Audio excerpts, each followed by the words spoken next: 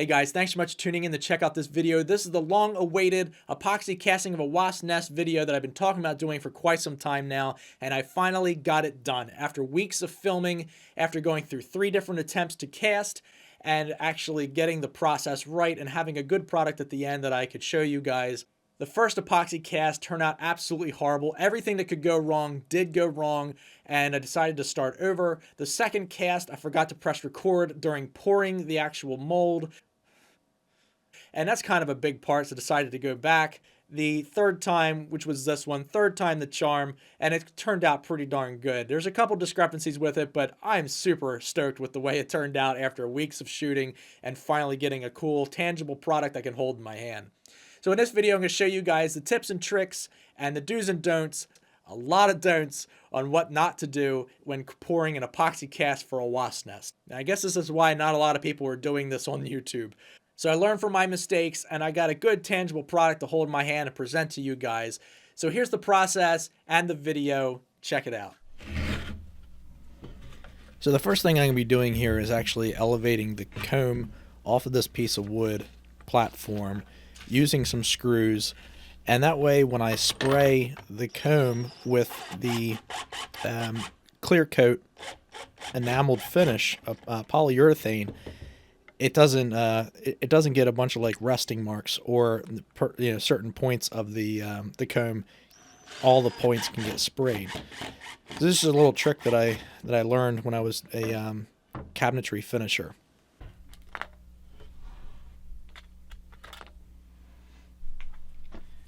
All right, so like a crystal clear enamel, and this will seal up all the pores on this and not allow any of that color from the cellulose to leach through the epoxy and make it a clear, crystal clear epoxy pour.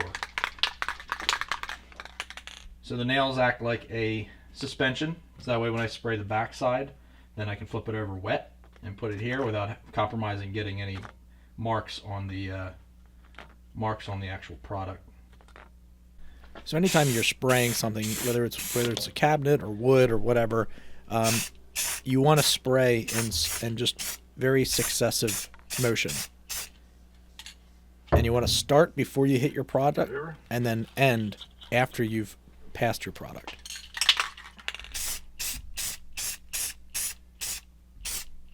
Don't need a whole heck of a lot, just enough to seal in any of the color from the cellulose. Make sure I get that stem.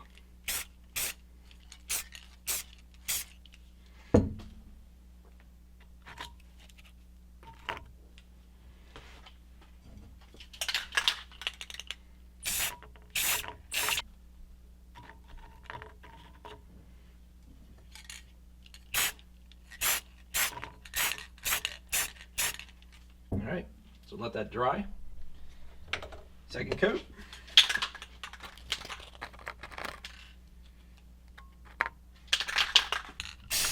You can hear how hard that comb got after being sprayed and letting that enamel solidify.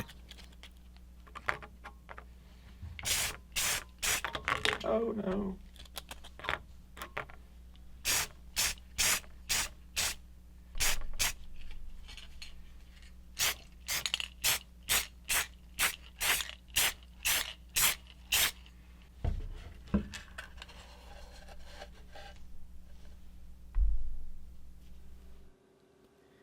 Alright, so the next step that I had to do was get the 2 wasps that I wanted to place on this comb to be solidified in the epoxy.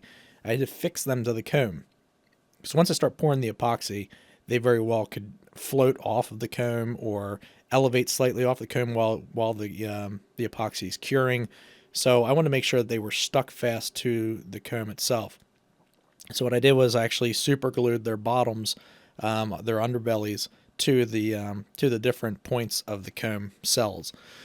And so here I'm just kind of readjusting, and you can kind of see these guys were actually in my freezer. So that one there has freezer burn on her back and on her head. So hoping that the epoxy would kind of fill that in and kind of make it darker, and you wouldn't really notice the freezer burn, which it actually did later on.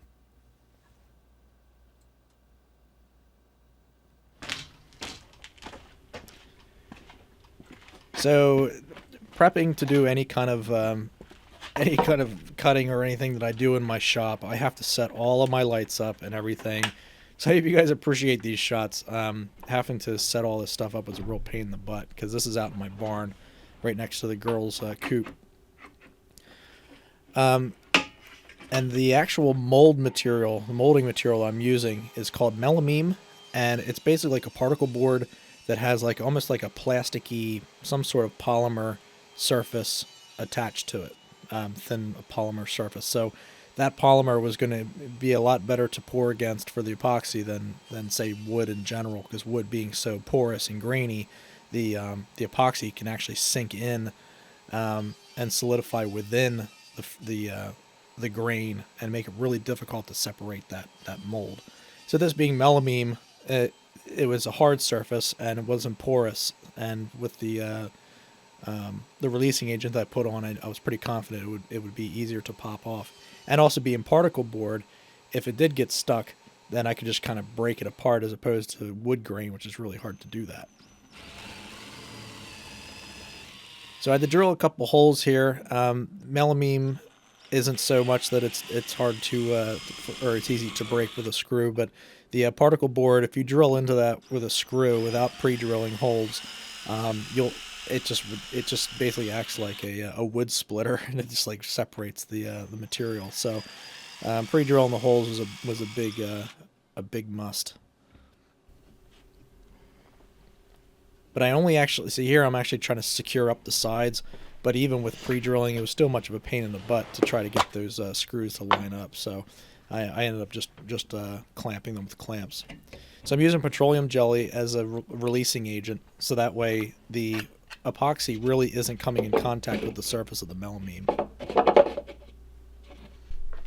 This particular epoxy is actually a 3-to-1 ratio. Most epoxies that I've found were actually 2-to-1, but this one, it doesn't need as much hardener.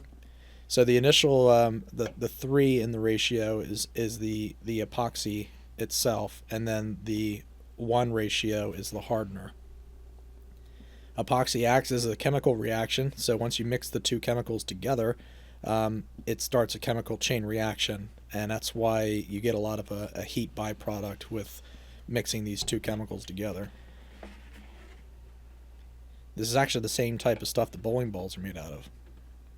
Little fun little fact. So typically, like when I would be mixing paints and things when I was a cabinetry finisher, doing any kind of top coat and stuff, you pour the hardener into your solvent agent or whatever you're using. However, with this, I kind of wished I would have done it the other way around. Since the hardener was actually thinner than the epoxy itself, it kind of just sat on the surface. So the viscosity of the epoxy was so much that the hardener just sat there, and it was really hard to stir it in. So I actually made more bubbles trying to stir it in than if I would just have, poured the epoxy over top of the hardener. You'll see here, the second pour that I did, there was a lot of bubbles, and I didn't give it enough time for those bubbles to come to the surface and pop, and I freaking put the comb right on top of it, not thinking. Let's see that again, an instant replay. So all those bubbles, bam, put it right over top of it. No. That was the biggest faux pas of this whole thing. So when I turned over that solid cast, you could see all the bubbles that got trapped under there. Oh, and I had no idea. Look at me. I'm so sweet. I'm just trying to center that, not realizing that all those bubbles are under there floating this thing to the surface. So you can see one girlfriend there. She's got war paint on her face. All that freezer burn. But once I started pouring the epoxy over top of her, it seemed like that kind of disappeared, or you couldn't see it as much. So another thing that you do after you mix is called boxing. So this is already mixed, and boxing is when you take one jar of your mixed material and you pour it into another empty jar, and that pouring process helps mix your solution. So this container actually recommended that you do one set of boxing, so I did do that, and that really seemed to help, even though the two viscosity differences between the epoxy and the hardener. So this is another learning experience. I poured the epoxy into the comb, and what I will do next time is actually pour the epoxy to the side of the comb. And you don't really notice it here as I'm doing it once before the level increases, but once the level is up to the comb and a little bit over, I still continue to pour into a cell of the comb, and you'll see bubbles really starting to appear. A lot like when you have a bathtub filled with water. Like when you first start dripping it into the bathtub, it doesn't create a lot of bubbles, but once there's actually a full puddle in there, that see, now you see all the bubbles coming out. So once that water starts kicking up inside of a decent pool of water, more bubbles start appearing. And that's what was happening here. So if it wasn't going into those cells or hitting those cells, I don't think nearly as many bubbles would have been occurring. Yeah, see all those?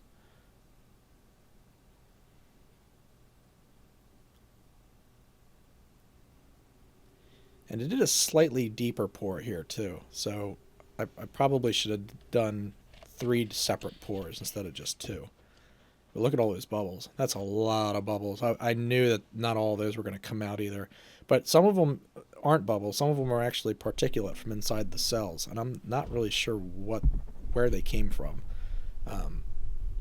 Seeing how I sprayed the inside of those cells before I even did this.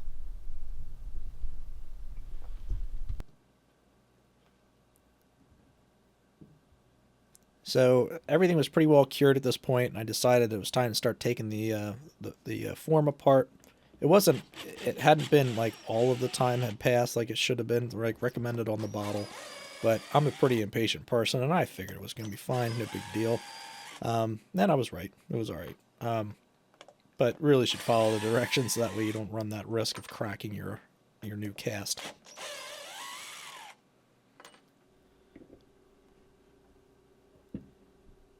So this actually, see, I was kind of afraid that the seams wouldn't be tight enough and that the epoxy would start leaking out of the seams, but this actually did really well having this clamped and screwed together.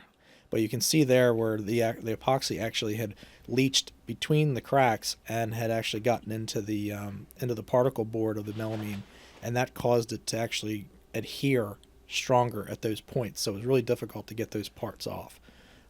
So I ended up just using a hammer and just breaking it off, and that worked really well, actually.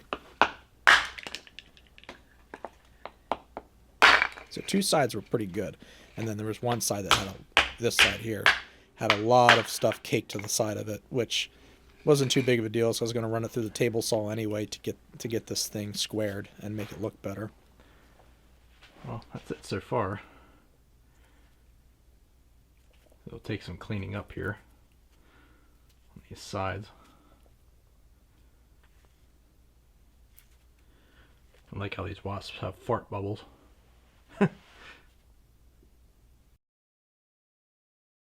This is a pretty decently clear pour. There are a lot of bubbles and some imperfections in it, but nothing that I am too concerned about. Something funny, though, is that these wasps had fart bubbles come out of their butts. And that happened because the epoxy got pretty hot and pushed the air out of them. And since this wasn't in a pressure chamber, any air within the epoxy was allowed to be released and be suspended within the pour itself. So I'm going to take this and bring it onto my table saw, and I'm going to cut down the sides and straighten out the edges and actually shorten the sides a little bit too, since it is pretty wide, and that thing kind of gets lost in the center of that pour. So it also helps centering it too. So it'll cut off all that particle board off the sides there, and then just like I said, it'll straighten and square up the edges. Something I was really excited about is that you can't see the pour line as well, at least at this point. One concern is that when you do 2 separate pours, is that as the light travels through the cast, it'll refract on the first pour, and you'll see that through the sides. So at this point, I was pretty excited. I couldn't see it too well, especially from looking down from the top. And on the sides, you can only see it like right at the edges. So hopefully it wasn't going to show in the final product. So I had already gone and taken it on the table saw and cut it, and you guys have been blessed with the fact that I forgot to press record on the camera, so you don't get to see that part. So So I had started with 340 grit sandpaper, and just to get it pretty well smoothed off. Actually, I started with 150 grit, and used my orbital sander, and then really sanded down the saw marks from the table saw. Then right there you were seeing me use a 340 grit sandpaper, and just getting it pretty well smoothed out, just trying to get off all the rough circular striations from the orbital sander, which did a pretty good job there. Then it was on to 800 or 600 grit sandpaper. And doing wet sanding helps because the water actually keeps the particulate that you're sanding off, keeps it from settling within on the microscopic crevices and things on the epoxy cast. So if you keep it wet, it kind of keeps that stuff suspended above the surface, and also just makes for a smoother finish overall anyway.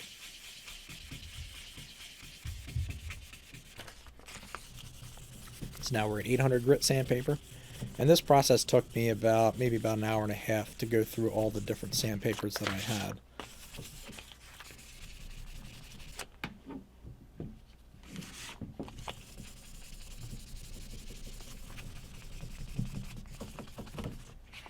My forearms are killing me by the end of this. So this is after the 1000 grit sandpaper.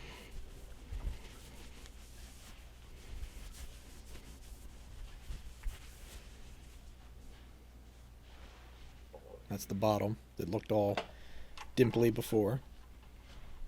Now you're starting to see the different parts that you couldn't see with it being so hazy before.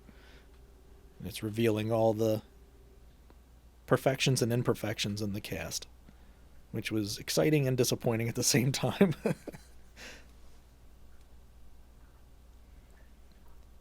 Kind of like it looks like looking into the Milky Way galaxy. All those little air bubbles look like little stars.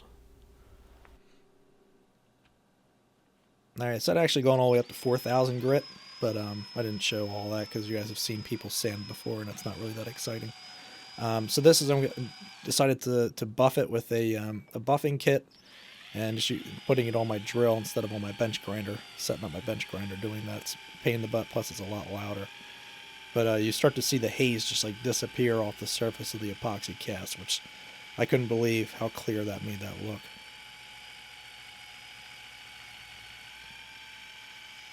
For those of you who are thinking about going and getting this is a Ryobi kit, Ryobi polishing kit. It comes with several different discs, and it's all fine and good, but those the different compounds that you can get, they're really, really, really hard, and they don't apply very well to the polishing pads.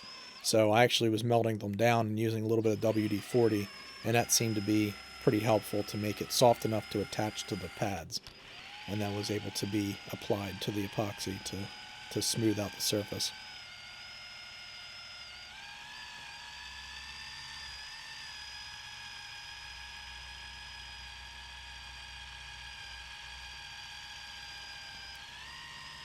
Unfortunately, when I was doing this part, the camera kept going out of focus because I was getting too close to it with the spinning wheel. I actually was focusing more on the WD-40 can behind it, but every now and then you can see it focus, and you can see the clarity coming across that surface, which is absolutely phenomenal.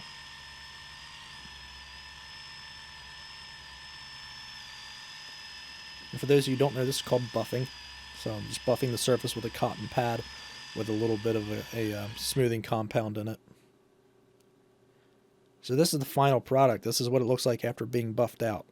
And I was super happy with the clarity. I mean, the clarity of the epoxy mold itself is really good. This brand is really, really good for this. And it probably would have been even better if I would have poured it with a little bit thinner per pour and wouldn't allow it to heat up as much, because you can kind of see the edges of the comb have a little bit of a brown tinge to them.